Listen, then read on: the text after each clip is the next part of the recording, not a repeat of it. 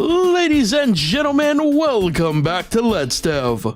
Today we're taking a break from our usual projects to work on a kind of micro game.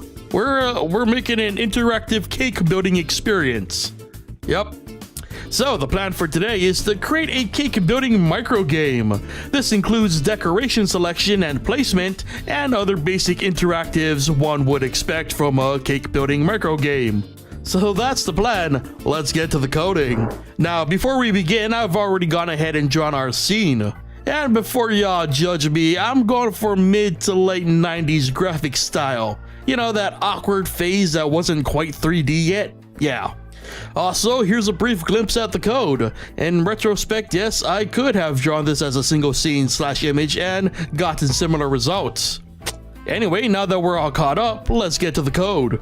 Now, originally I had planned to do everything with mouse hotspots, which explains why I drew the scene as I did, but I realized given the simplicity of the project, I could use objects and get the same results with fewer issues. So I created a selector object and spawned one for each decoration on our menu, making sure to give them unique IDs. This ID would match each selection box to its corresponding decoration. It would also determine which image is drawn when the player chooses a decoration. When the player left clicks one of these boxes, it copies that information over to temp variables stored in the cursor. The cursor then switches its sprite to mirror the decoration chosen. And just in case that wasn't the decoration we wanted, right click would reset the temp variables. And there we had it, the first steps to a working menu were in place and we could choose decorations accordingly. Next, I added color to the list of copied attributes and got to work on specifics. Long story short, some sprites are comprised of multiple parts or required other conditionals. For example, colors for sprinkles are random, so the color rules needed an exception. Also, to display the icing icon properly requires two sprites, only one of which follows the coloring rules. In other words, because I'm a huge fan of putting effort into details most wouldn't even notice, I spent a ton of time writing extra, unnecessary chunks of code. Yay! Now that displays worked, it was time to actually add our decorations to the cake. I used all that information gathered during the display phase and injected it into a blank object. And as long as it was within the vicinity of the cake, the object would be created wherever the player left clicks.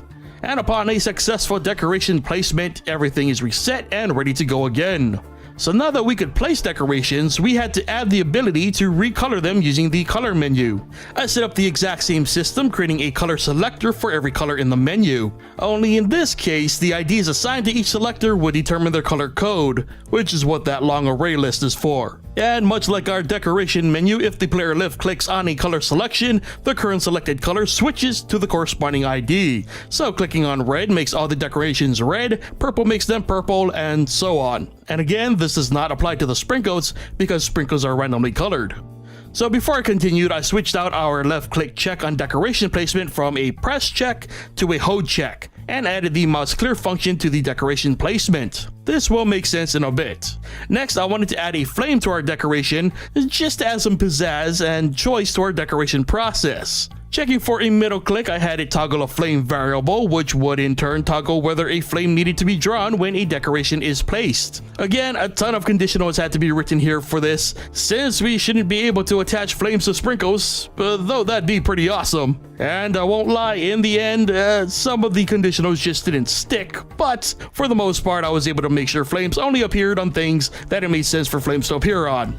Now, going back to the left click thing, the reason we had to check for a hold is so that we could add the ability to draw with the icing. So going back to the code, I checked if the icing decoration was chosen, and if so, instead of decorations, an icing object would be created every step. I found the best visual outcome was a cross-style sprite with some shading, which gives off this great mid to late 90s 3D type of vibe. And again, I tried to ease up on the shadowing for the icing, but the code just wouldn't stick.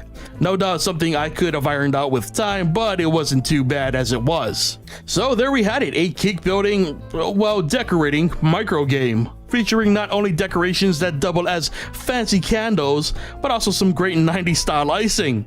And something I forgot to mention is that I had the tablecloth and general icing ring on the cake randomly generate their color too. Though you'd never be able to tell in this example because I never reset the actual scene. I don't know why I bothered, but you know, it certainly solidifies my tendency to waste time on things that no one will ever notice. Quite literally in this case. Anyway, with that said, that is where today's episode of Let's Dev sadly comes to an end. So remember that if you like this video or enjoy Let's Dev in general, be sure to hit that like button. If you aren't already subscribed, be sure to hit that subscribe button, and be sure to turn on notifications so you never miss a new episode. And as always, be sure to leave your thoughts on our project in the comment section below. Thank you so much for watching, and I'll see you guys next time.